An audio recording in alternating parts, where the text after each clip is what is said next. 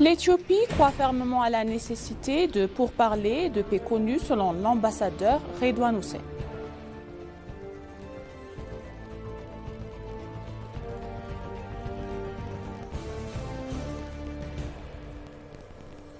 Les touristes ont suggéré que les caractéristiques uniques de la fête de l'Épiphanie devraient être davantage promues dans le monde entier.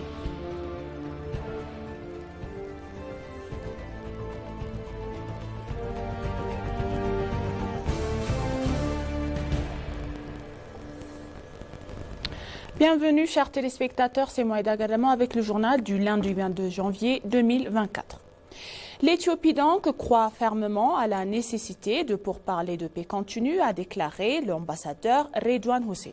Dans un message partagé sur sa page de réseau social, l'ambassadeur Redouane Hussein, conseiller à la sécurité du Premier ministre, a déclaré que l'Éthiopie avait montré son engagement en faveur de la paix et de la sécurité de son voisin somalien avec le sang et la sueur de ses chers enfants.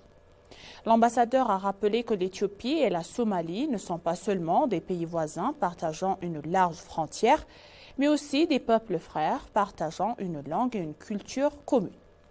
L'ambassadeur Redouane a également mentionné que l'Éthiopie s'efforce de créer des liens régionaux solides dans tous les pays voisins, basés sur un esprit de coopération fondé sur le bénéfice mutuel. Il a également annoncé fermement convaincu que le pays devrait avoir des discussions pacifiques, contenues plutôt que les déclarations, des discours et des débats qui créent des tensions inutiles dans la région.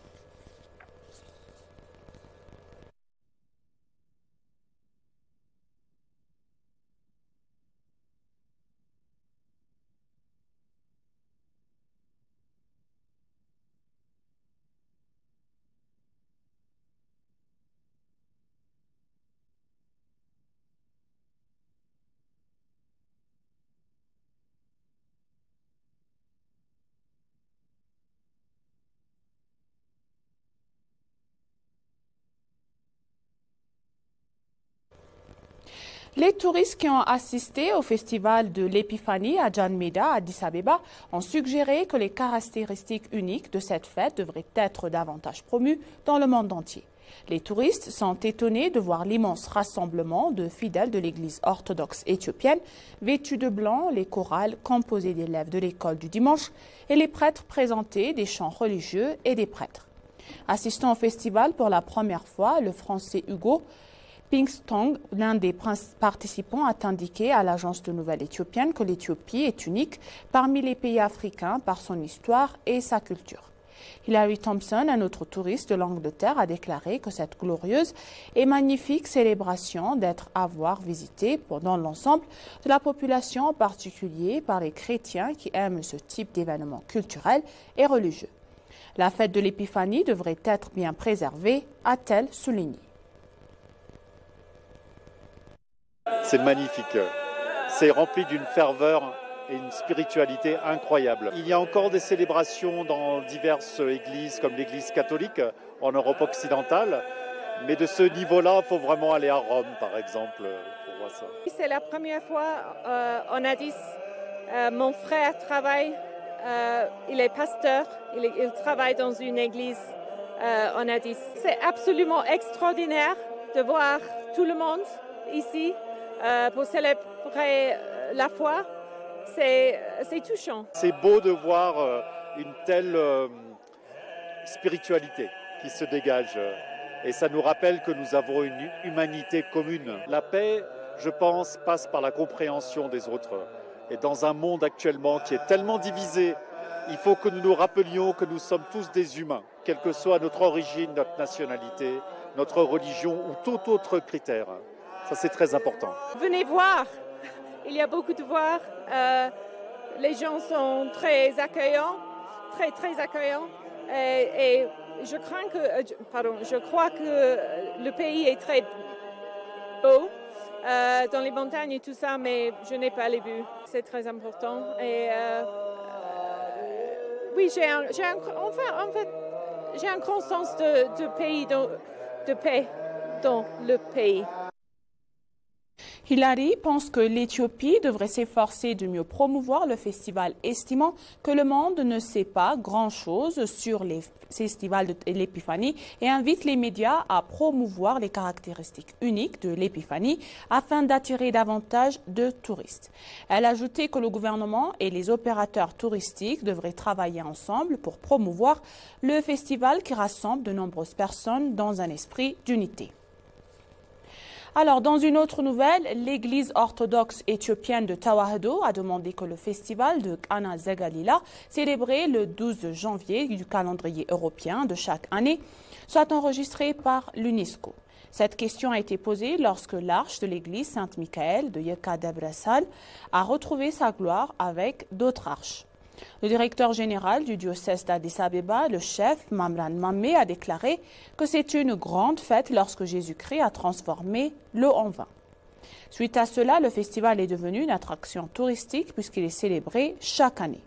Le ministre de la Culture et des Sports a déclaré qu'il s'efforcerait d'obtenir des réponses aux questions de l'Église sur la base de cette recherche. Kana Zegalila est célébré aujourd'hui avec beaucoup de splendeur.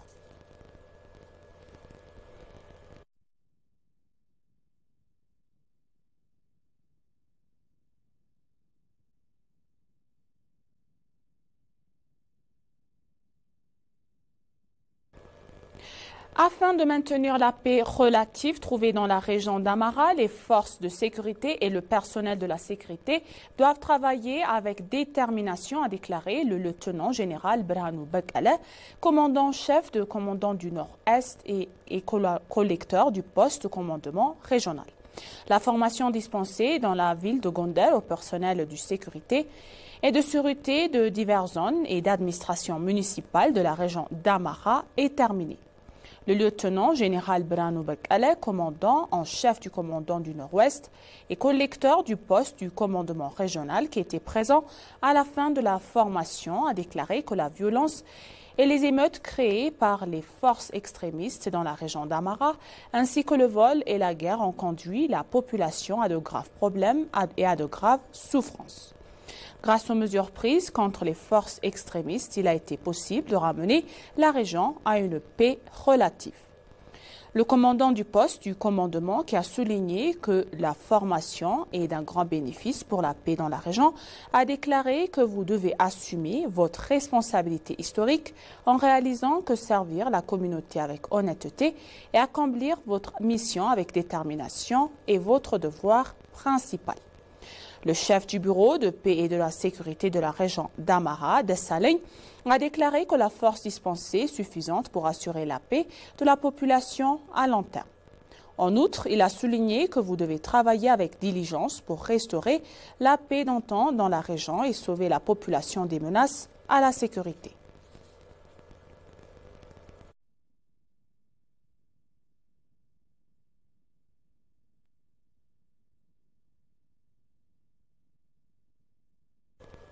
Le troisième sommet sud du G77 plus Chine s'est officiellement ouvert aujourd'hui, le 21 janvier 2024 à Kampala, en Ouganda, sous le thème « Ne laissez personne de côté ».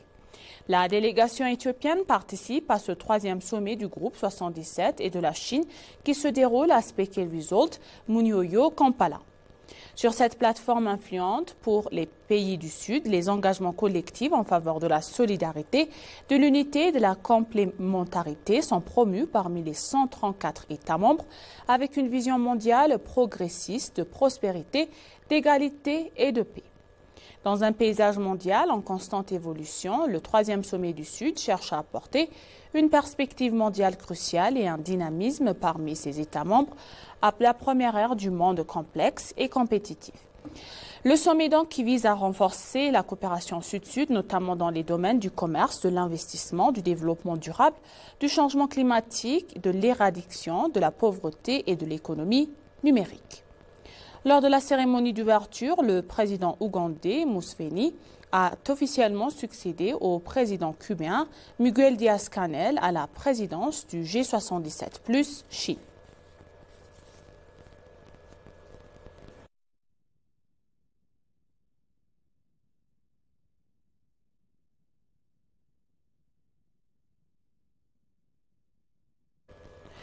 Le ministre de l'Eau et de l'Énergie, Habtamou Itafa, a visité le projet transfrontalier d'eau potable à Digala, Djibouti. Le chef du consulat de Djibouti à Dredwa, Moussa Hadji Djama, le ministre d'État chargé de l'eau potable et de l'assainissement, l'ambassadeur Asfaoudine Gamo, le ministre d'État chargé du développement énergétique, Sultan Wali et d'autres hauts fonctionnaires du ministère ont participé à la visite. Le ministre a déclaré qu'à l'heure actuelle, les travaux visant à soutenir entièrement le projet en électricité sont en cours d'achèvement. Le chef du consulat de Djibouti à Dredwa, Moussa Hadji Djama, a déclaré que le projet avait répondu aux besoins en eau et aux demandes de nombreux citoyens et a salué la grande initiative dont a fait preuve l'Éthiopie pour résoudre les défis présentés au projet. Le chef du bureau du consulat a déclaré que les travaux du soutien au projet en électricité se déroulaient à la vitesse requise. Il a déclaré que les deux peuples continueront à travailler ensemble sur les questions régionales où ils pourront partager leurs ressources et à se développer ensemble.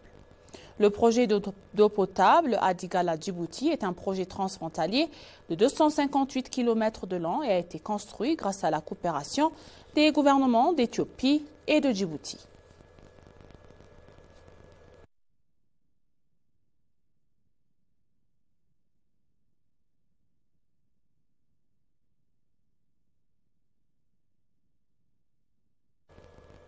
Le secrétaire général de l'ONU, Antonio Guterres, a appelé à un cessez-le-feu urgent de la guerre en cours entre Israël et Gaza. Le secrétaire général a déclaré cela lors de la 19e Assemblée des chefs d'État et de gouvernement du mouvement des États indépendants. Le secrétaire général a déclaré que la reconnaissance du droit du peuple palestinien à l'autonomie gouvernementale contribue à une paix durable. Antonio Guterres s'est dit préoccupé par le fait que si tous les partis ne s'entendent pas à un cessez-le-feu et n'établissent pas une paix durable, elles se retrouveront dans un conflit prolongé et mettront en danger la paix mondiale. Dans la guerre israélienne à Gaza, de nombreux citoyens innocents ont été tués un peu de temps. Le secrétaire général a ajouté que depuis le début de la guerre, 152 membres du personnel de l'ONU ont été tués selon la BBC.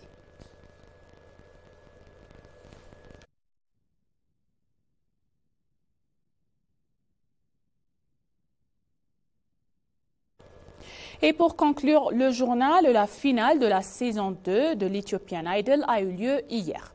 Parmi les 24 candidats ayant réussi la sélection et inscrits en concours, le concours de la saison 2 qui se déroulait chaque semaine s'est terminé hier. Ils ont reçu un trophée de 200 millions de birr chacun et les candidats à la 2e et 5e place ont également reçu des certificats et des prix en espèces. Au total, 1 million de birr a été attribué. Le programme du concours Ethiopian Idol se déroule dans un format de programme spécial pendant 9 semaines dans le secteur du chant et du théâtre. Le prochain programme de compétition de phase 3 débutera bientôt. Tous ceux qui souhaitent participer et ont du talent pour le chant et le théâtre sont invités à s'inscrire à l'adresse Telegram +251 97 484 91 92.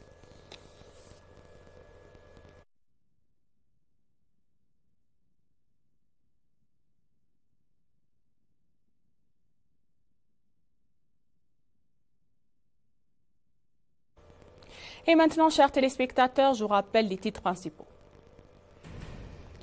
L'Éthiopie croit fermement à la nécessité de pourparlers de paix continue, selon l'ambassadeur Redouane Hussein.